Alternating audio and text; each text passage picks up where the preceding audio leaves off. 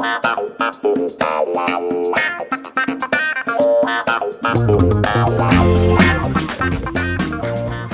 there, and welcome to another episode of Lever Time, the flagship podcast from The Lever, an independent investigative news outlet. I'm your host, David Sirota. On today's show, we're going to be discussing one of the most important and terrifying issues of the 21st century, artificial intelligence. With the recent advancement of generative AI technology like ChatGPT, a huge debate is already underway about whether AI technology will set us free or wipe us off the face of the earth. So today, I'm going to be talking to Dr. Max Tegmark, who's one of the world's leading experts on AI and one of its most thoughtful critics.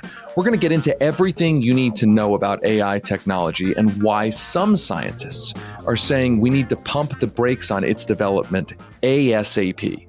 For our paid subscribers, we're also going to be dropping exclusive bonus episodes into our Lever Premium podcast feed. Last week, we published a Lever's interview with Abraham Josephine Reisman, the author of the new biography Ringmaster, Vince McMahon and the Unmaking of America, which looks at McMahon's influence and pro wrestling's influence on American politics. And coming up next week is the extended interview with Dr. Tegmark that you're about to hear. It's the part of the discussion where he goes really deep on the specific kinds of safety measures that can be taken to prevent the most dangerous forms of AI from threatening society. He also discusses how if those safety measures are put in place, AI could do everything from curing disease to stopping climate change to ending poverty. So stay tuned for that in the Lever Premium podcast feed. If you want to access our premium content, head over to levernews.com and click the subscribe button in the top right to become a supporting subscriber.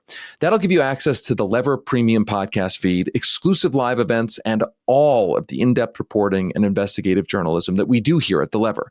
The only way independent media grows and thrives is because of passionate supporters and by word of mouth. So we need all the help we can get to combat the inane bullshit that is corporate media. So go subscribe. It directly funds the work that we do.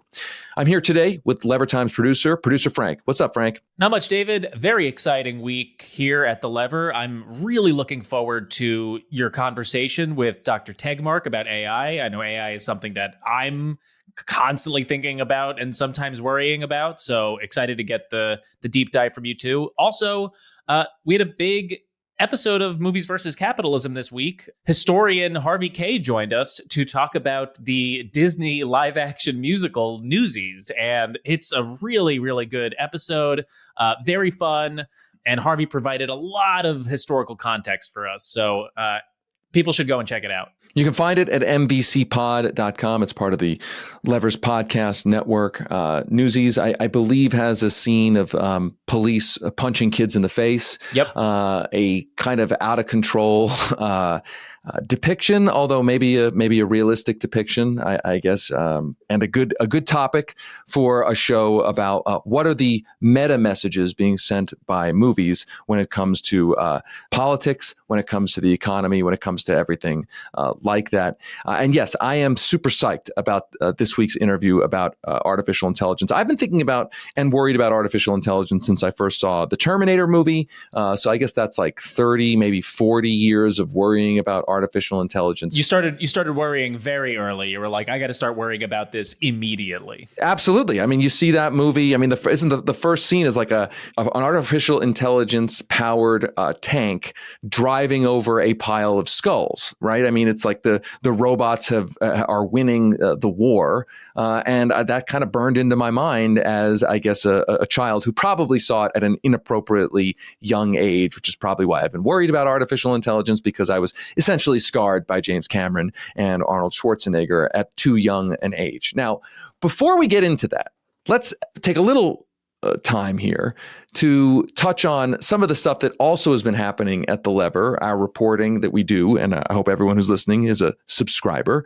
We've done a lot of reporting in the last few days on the Supreme Court. We've talked about it on this show a lot as well. ProPublica, of course, recently reported that Clarence Thomas had failed to disclose 2 decades worth of luxury trips and a real estate purchase provided by a conservative billionaire. That has been in the news all over the place. And we have contributed to that reporting with 2 big stories over the last week. The first was about how Clarence Thomas helped kill an eviction ban that was directly threatening the same billionaire's business. So there's been this whole idea out there that Clarence Thomas got these gifts from this billionaire, but the billionaire never supposedly had any real business before the Supreme Court. So in theory, it's no big deal. Clarence Thomas is just, living the high life off of this billionaire's gifts. But since the billionaire supposedly didn't have business before the Supreme Court, it's all cool.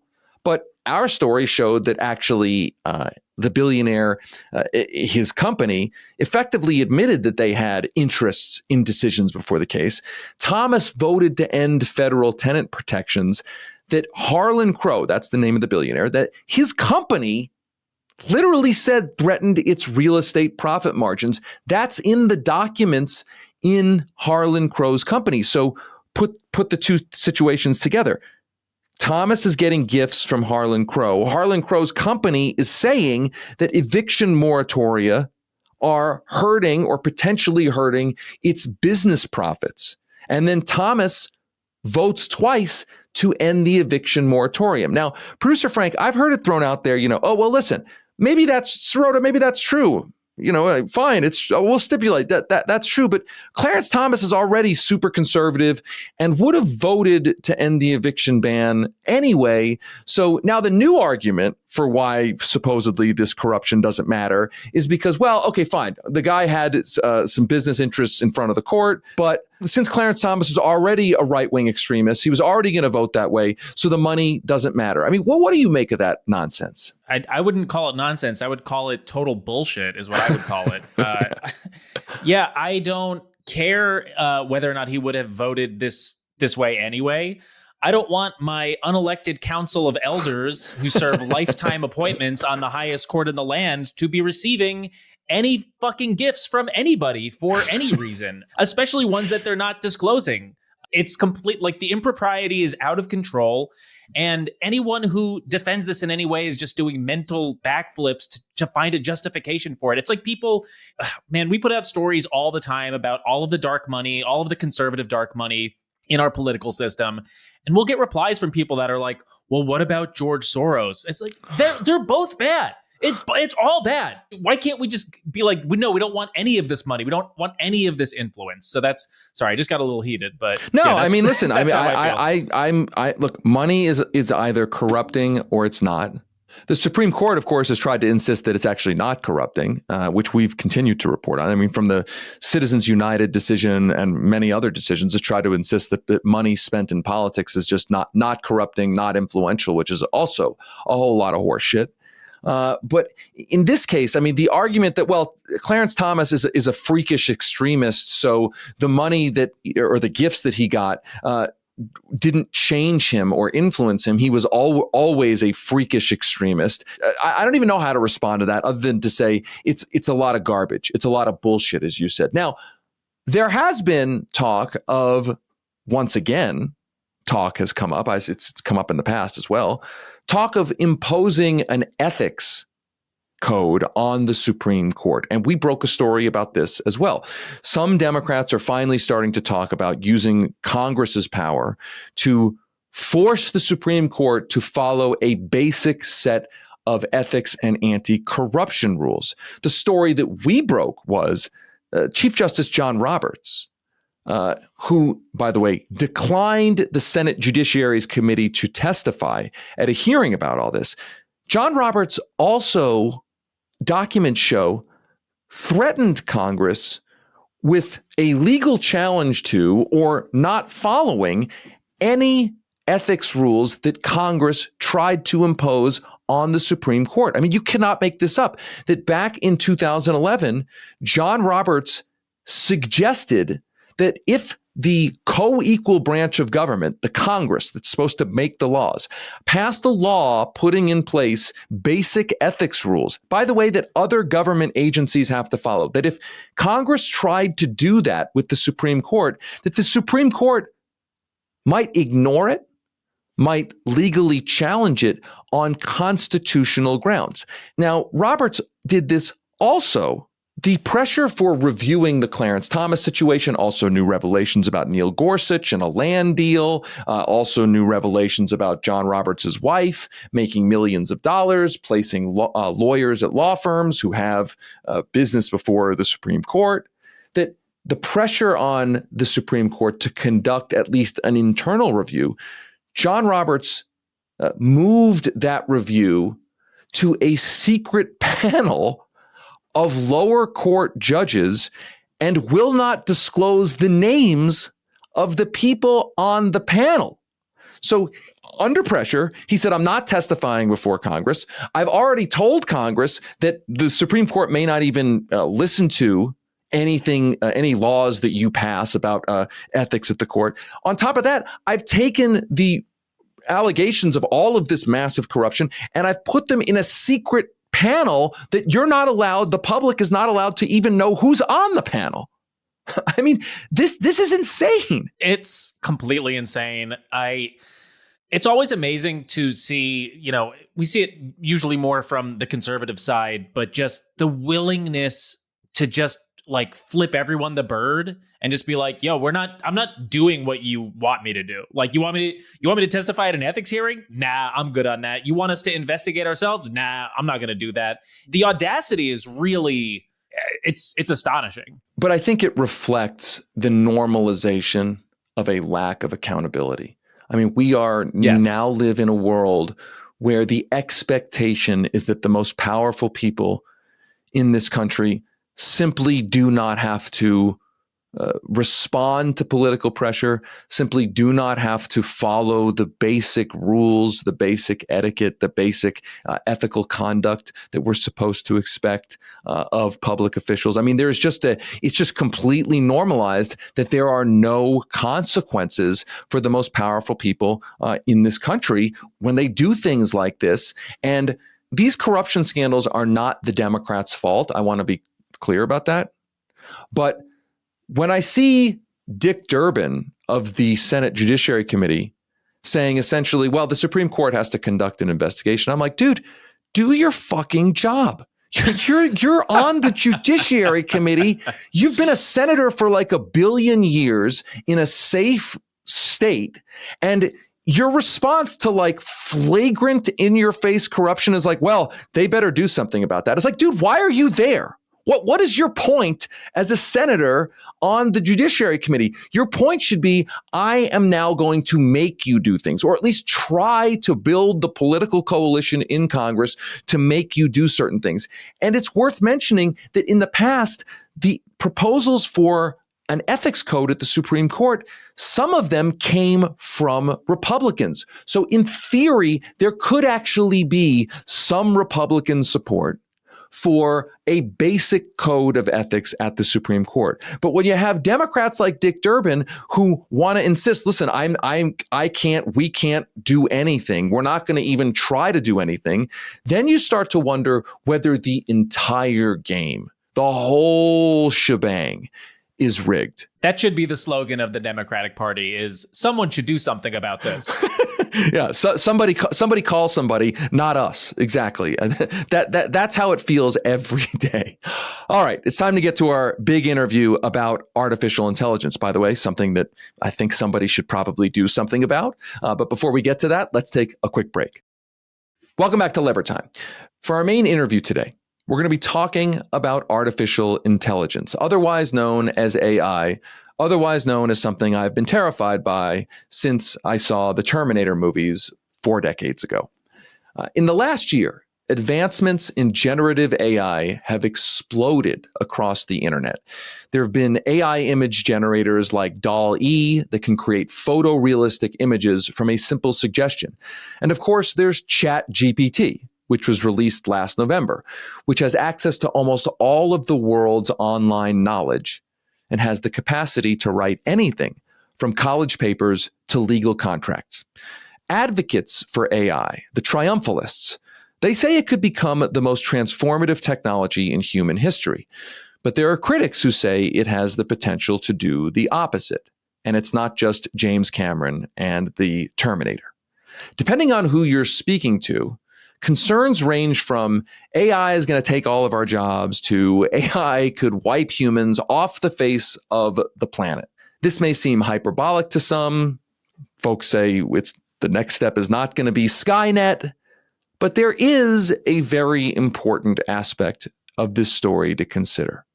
Most AI research and development are being conducted by private companies, meaning companies that are more likely to be concerned with cornering the market and raking in massive profits rather than prioritizing the responsible implementation of this technology.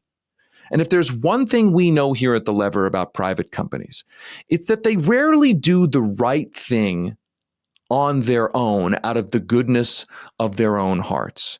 They rarely do the right thing unless there's public pressure and proper regulation. They rarely prioritize the public good over private profit unless there is accountability and oversight.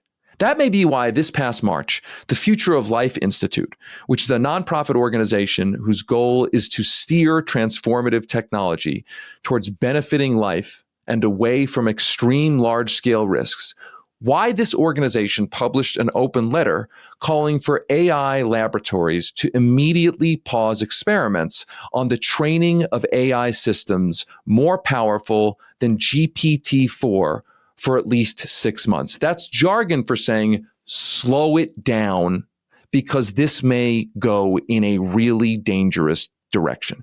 This letter was signed by Elon Musk. It was signed by Apple's co-founder, Steve Wozniak, amongst many others who are concerned with the rapid development of AI technology.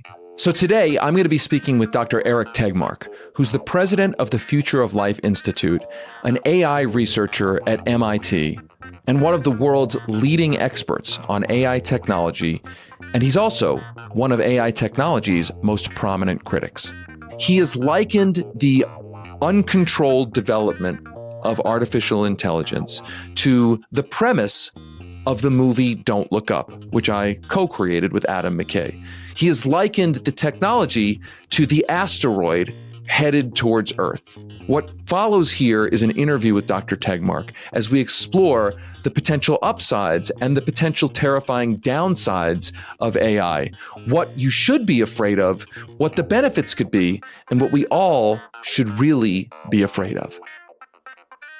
Hey, Max, how you doing? Good. It's an honor to meet you. Yes, well, I really appreciate you taking the time to be on our show. As I've said, artificial intelligence is something that I've been terrified by since I first saw the Terminator many, many years ago.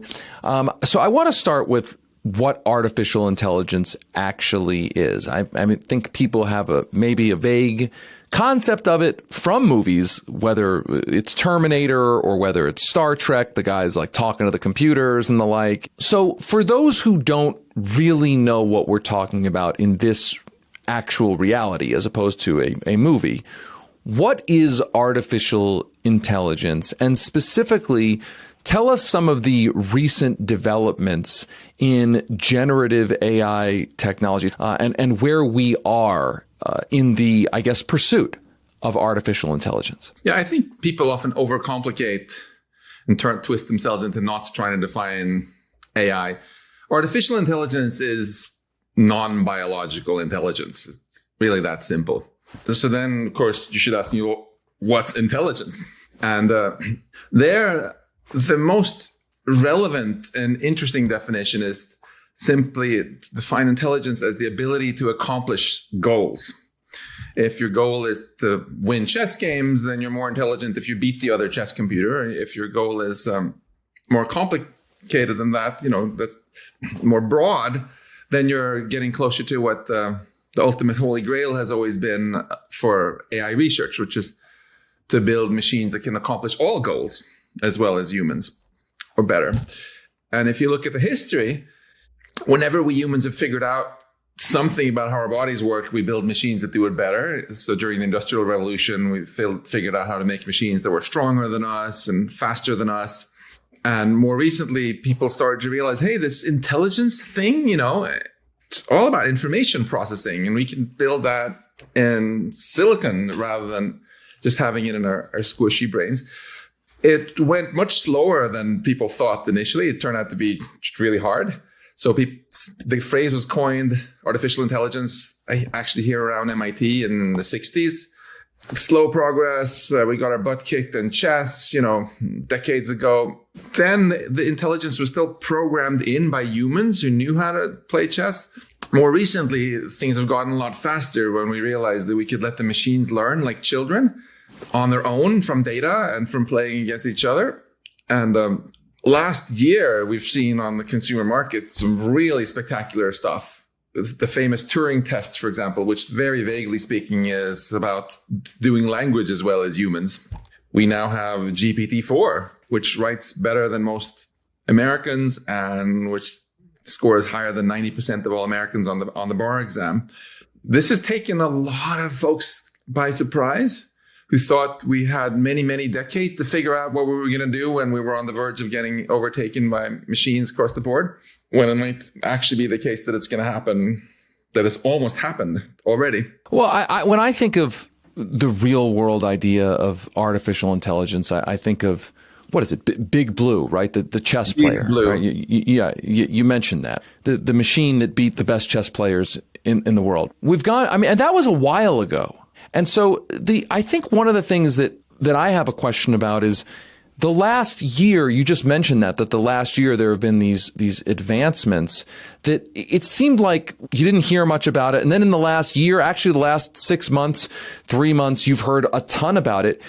I guess what were the big developments that suddenly happened? Was there like some moment recently over the last year or 2 years where we figured something out, or the artificial intelligence itself figured something out that is allowing it to advance much more quickly than it had been advancing in the past 10 or 20 years? It's a great question. I'll say two things. First of all, there wasn't any great development that happened all of a sudden just now, except the development that media suddenly started talking about it a lot. It's been quite steady progress in the industry. And a lot of people, therefore, were very much in denial about it until suddenly, they could try ChatGPT or GPT-4 themselves. There is a very important technical thing. The reason progress was so slow, even after humans got defeated in chess, was because all the intelligence had to be put in by humans, and that takes time, right? And humans had to always figure out how to make the machines do stuff. That's not how a child learns, right? Children can get much better than their parents because they can figure it out for themselves. And the machine learning revolution has replicated that in silicon. And the same thing is happening now across so many other areas that humans used to be better at. So, for example, for language, we still can't figure out how to write a program ourselves in some human programming language to write perfect English grammar and understand everything perfectly that people are talking about and translate it into other languages. But it turned out we didn't need to. We just have this machine learning tool which goes and reads everything on the internet, and it somehow figures it out in a way that we don't fully understand. Can I stop you there? So because I think that's a really important point, and actually a really scary point. Is it fair to say that we have built the seeds of a technology that can then evolve into something, and that we ourselves don't understand how the thing that we seeded, this thing that we created, we don't understand how it evolved? I mean, that's the classic, we built a monster, we've created a monster. It's one thing to say, I created a machine that did something bad or could do something bad, and I understand how it was created and what it did. But that point about how we don't understand how the thing we created did what it did, that to me seems like the central scariest part of this, right? That's unfortunately spot on. When GPT-J convinced this Belgian man apparently to commit suicide, or when ChatGPT tried to persuade this journalist in New York to leave his wife, it wasn't because some ill-spirited dude at one of the companies was like, I'm going to program this in to mess with these people. No, they had no idea that was going to happen. They really didn't understand how it worked. As to the monster, though, we have to be clear on what the monster is that we're creating. Right now, a language model like GPT-4 is not itself the complete monster. It's just a so-called oracle, which can only answer questions, right? It's not itself able to directly do things in the world. So the monster actually is the greatest ecosystem that's part of. The real monster is actually, it has a name. Have you heard of Moloch? Yes, that rings a bell. Yeah. So Moloch is the same monster that so often makes us humans fall really short of our potential by putting us in these weird races to the bottom. If you have a bunch of countries that end up overfishing a part of an ocean so that everybody loses out, everybody saw what was happening, but nobody could do anything about it, because if they stopped overfishing, the others would keep going, and everybody had an incentive to. And arms races are like that today. When people try to slow down AI, the most common response is, "But China," and that's of course what Chinese researchers probably get told too if they want to slow down. So the interesting thing is now we have all these companies led by people whom I've had the honor to get to speak with myself, who are good people who generally realize that this is really scary, but they also realize they can't stop alone, because then some other companies are going to crush them. So these commercial forces just keep making us build ever more powerful things that we understand less and less.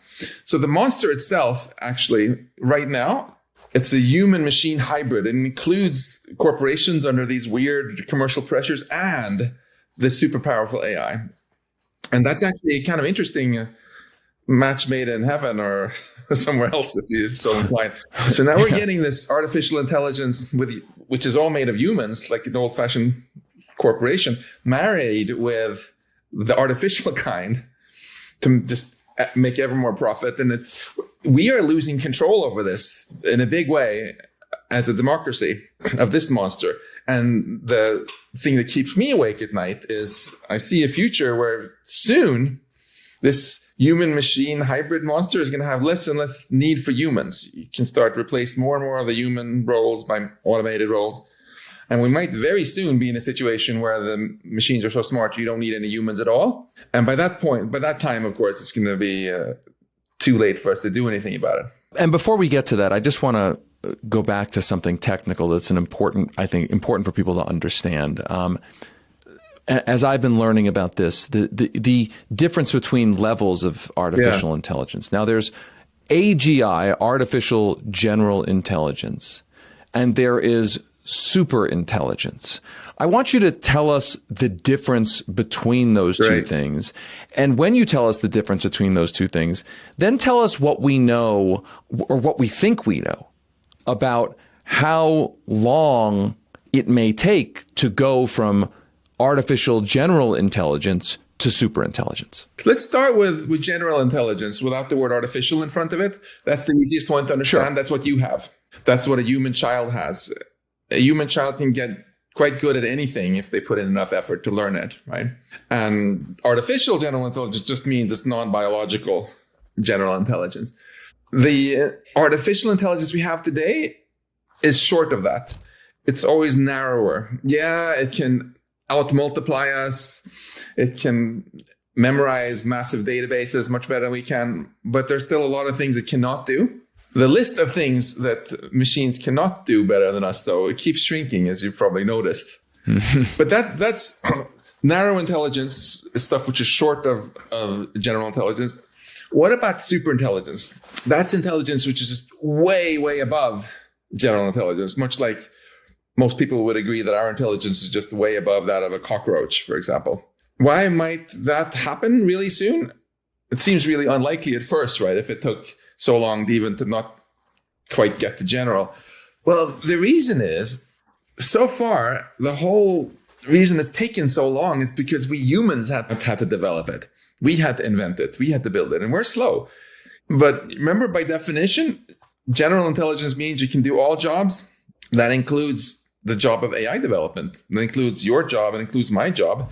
So as soon as we get there, that means Google can replace its thousands and thousands of AI developers and replace them by machines who don't need any other salary except some electricity. It can work 24/7 and also dramatically faster than humans. And you can make millions of them or billions of these virtual employees if you need to. So it's very likely that the time scale for further improvement will shrink a lot. It's not going to be the human time scale of years anymore. Maybe it'll be months, weeks, hours, minutes. You'll get to the point where you have artificial intelligence, which is way more beyond us than we are beyond squirrels, for example. And at that point, it's pretty obvious that there's a real possibility that we're going to lose control over it. Right. There's geologic time, there's human time, and then there's computer processing time. Yeah. And it's definitely obvious those are different speeds. And the speed of the processing time, when you think about the computers essentially teaching themselves things, and they never have to sleep, they never have to eat. There can be thousands and thousands, millions and millions of them doing this. I mean, that's a speed that I think it's hard for the human mind to get a handle on. So let's talk about the warning that you and your organization have put out there. Yeah, just to add to that, I'm so glad you're bringing it down to these fundamental basic facts here. You know, I can think about one thing per second, maybe. You know, my laptop that I'm using right now to talk with you, it does about 1 billion things per second. Also, the amount of thinking stuff I can put in my head is, you know, I have 100 terabytes of information here. So do you. Sounds like a lot, right? But it's nothing compared to what you can put in a big server farm somewhere. Once you get beyond the human scale and start going super intelligence, the laws of physics, they do put a limit on how smart it can get. But that's about a million times above where we are. I've started to think of AGI as standing informally not for artificial general intelligence, but just artificial godlike intelligence. To come back to your question then, so why did we warn people? Because people actually at the top of the field of AI have warned about this for close to 100 years now. Alan Turing warned about this. Norbert Wiener warned about this. In the 1960s, Irving J. Good wrote this fantastic paper where he just pointed out the simple fact that once you get to AGI, you can likely get this recursive self-improvement going, and we humans will soon be left behind in the dust. And he pointed out that that'll be the last invention we humans ever need to make, because after that, machines can invent everything for us, provided, he says, that the machine is docile enough to let us control it. So what all of these folks warned about for all these decades was that when we start getting close to AGI, we need to make sure we don't proceed any further until we figured out how we're going to control this, either by making the machines always do what's good for humanity because they somehow obey some humans, or because we can't control them, but we've made sure that their goals are just aligned with ours. Like, sadly, the progress in AI has gone much faster than our progress in figuring out how to align it to what's good for us. That's why I was involved in launching this open letter saying, hey, let's take a 6-month pause and set in place safety standards that future systems need to meet. And I want to talk about those standards, but I'm thinking so much about the speed of this stuff. I mean, I think about it this way, that it took thousands and thousands of years of natural carbon-based evolution, and you have this great term called carbon chauvinists, where where people seem to think that intelligence can only come from organic life, and thousands and thousands of years of the survival of the fittest, evolution and the like, natural selection created ultimately the human brain. That essentially the computer-powered intelligence can speed up that process for intelligence through computer processing power at a much faster pace than natural selection and essentially natural evolution. So those are the things I think we have to think about. And I think you're right in pointing out that we have to be able to think about how, just because we're an organic species being, a carbon-based being, doesn't mean we have a monopoly on intelligence. And I think that it's hard for people to understand, because I think a lot of people think about, well, there are people, there are animals, and there are robots and computers, and these things are they certainly are different, but it doesn't mean that the robots and the computers can't have an intelligence. Yeah. And there are philosophical questions that come with this, which is like, well, what does being alive mean? I mean, is something that's super intelligent, that's not carbon based, it's a machine, is that alive? Does it have feelings? And those are kind of philosophical questions, but I want to bring it back to the point that you made about putting in place standards. Let's dig down into that. The 6-month pause, okay. Private companies don't want to do that. They, as you mentioned, they're in a kind of technological arms race, because if one of them doesn't do it, then they think the other one will do it and make money off it and the like. And that's a bad kind of dynamic for there to be. But let's say you could wave a wand and put some rules in place, right? I mean, at a policy level where you could pass a law, you could, write a specific set of code into the artificial intelligence. Like, what specifically are we talking about there? Yeah. So coming back to your question, what sort of safety standards do we want? Well, let's start by just becoming like biology. In biotech, if you want to launch a new vaccine, for example, you can't just start selling it in supermarkets before you've first demonstrated that it's safe. There is a regulatory authority in every country you have to go to and provide evidence. This is actually going to do more harm than good. Then you can sell it. AI researchers, in part because of lobbying, I think also would have a very hard time getting sympathy from their biotech friends, because they would basically say, no, you should be able to, biotech should be free. Anyone who wants should be able to sell any medicine openly on the internet. And if people want to buy it, they buy it. No, if it's something that has the potential of creating harm, and AI obviously has the potential to create way more harm than biotech ever has, the onus should be on the companies to demonstrate that things are safe. And having a product that if you come and say, well, I have no idea really how this works, but I'm pretty sure it's safe, that wouldn't fly in biology, and it shouldn't fly in when it's AI systems that actually impact people's lives either. So with that basic principle, I think it shouldn't be the responsibility of politicians to have to figure out what the safety standard should be. It should be the responsibility of the companies to demonstrate the safety. Yeah, I mean, I think about it in terms of pharmaceuticals as an example. I mean, the scandals in pharmaceuticals, there's pricing scandals, obviously, but there's also scandals in when the pharmaceutical companies have too much control over something like the FDA. But the FDA exists to make sure that when drugs come to market, that the drugs have been tested and are safe. And if a drug company can't get FDA approval for their drug, then the drug doesn't go to market. That's how the system is supposed to work. And there doesn't seem to be any kind of system like that when it comes to artificial intelligence. Is part of the reason it doesn't exist is because it's hard to define exactly what AI is and isn't. In other words, we know what a drug is. Okay, it's a vaccine or a pill or whatever. It's a chemical compound. Artificial intelligence seems to be a kind of broad term for potentially many different applications of the technology.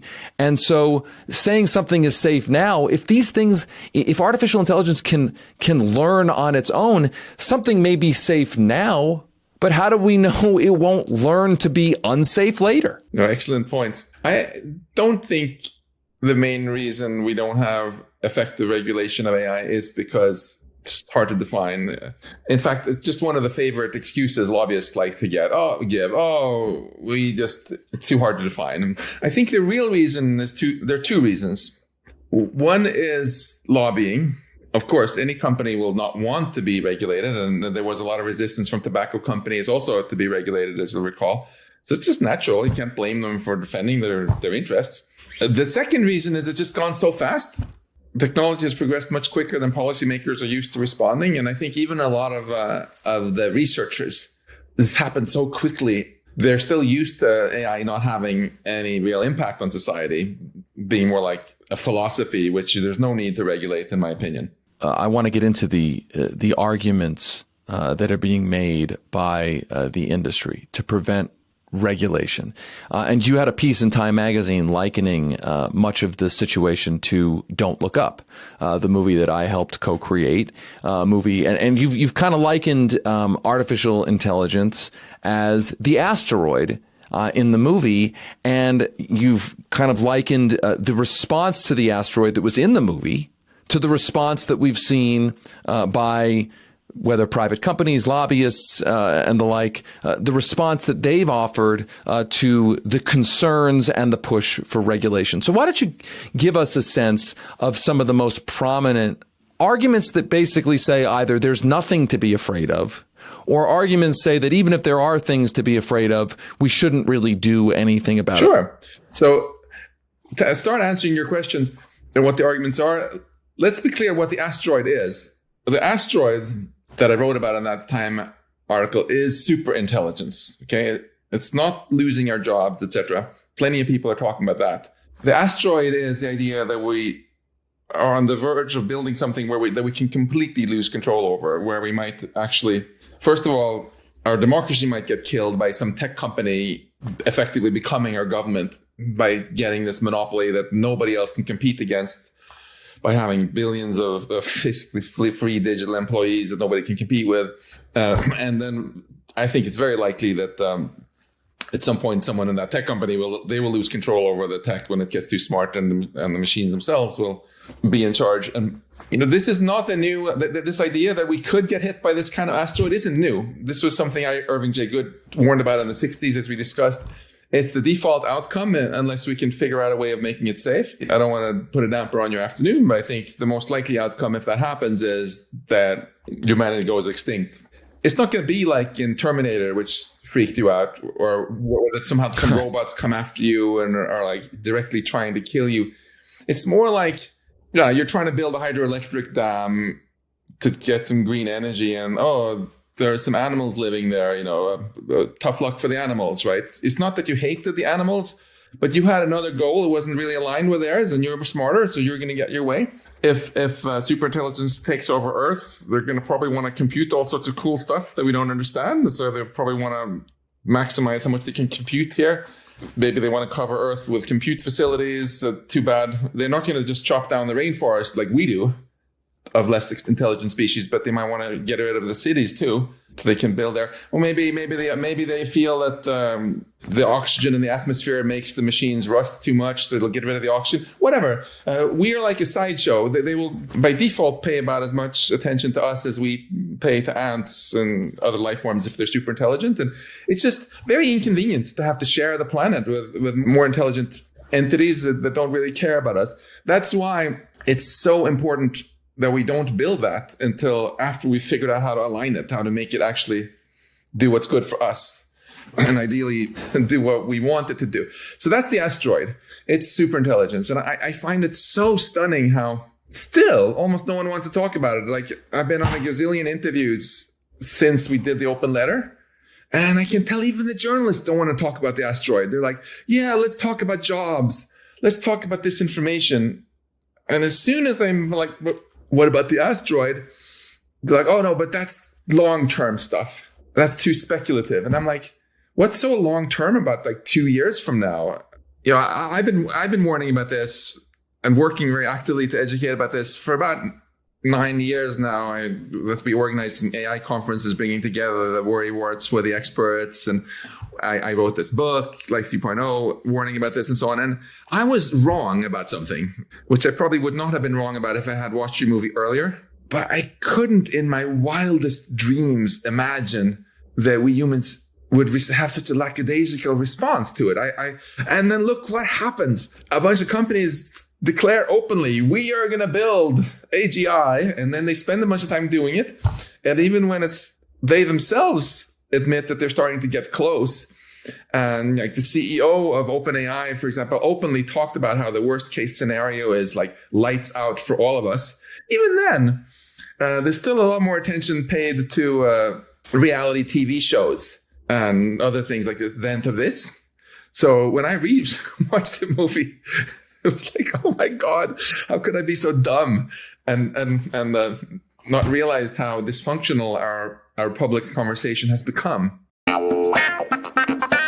That's it for today's show. As a reminder, our supporting subscribers who get Levertime Premium, you're going to get to hear next week's bonus episode, which is the extended interview with Dr. Tegmark, where he goes deep on the specific kinds of safety measures that can be taken to prevent the most dangerous forms of AI from threatening society. To listen to Levertime Premium, just head over to levernews.com to become a supporting subscriber. When you do, you get access to all of the Lever's premium content, including our weekly newsletters and our live events. And that's all for just $8 a month or $70 for the year. One last favor. Please be sure to like, subscribe, and write a review for Levertime on your favorite podcast app. The app you are listening to right now, take 10 seconds and give us a positive review in that app. And make sure to check out all of the incredible reporting our team has been doing over at levernews.com. Until next time, I'm David Sirota. Rock the boat. The Levertime Podcast is a production of The Lever and the Lever Podcast Network. It's hosted by me, David Sirota. Our producer is Frank Capello, with help from The Lever's lead producer, Jared Jakang Mayer.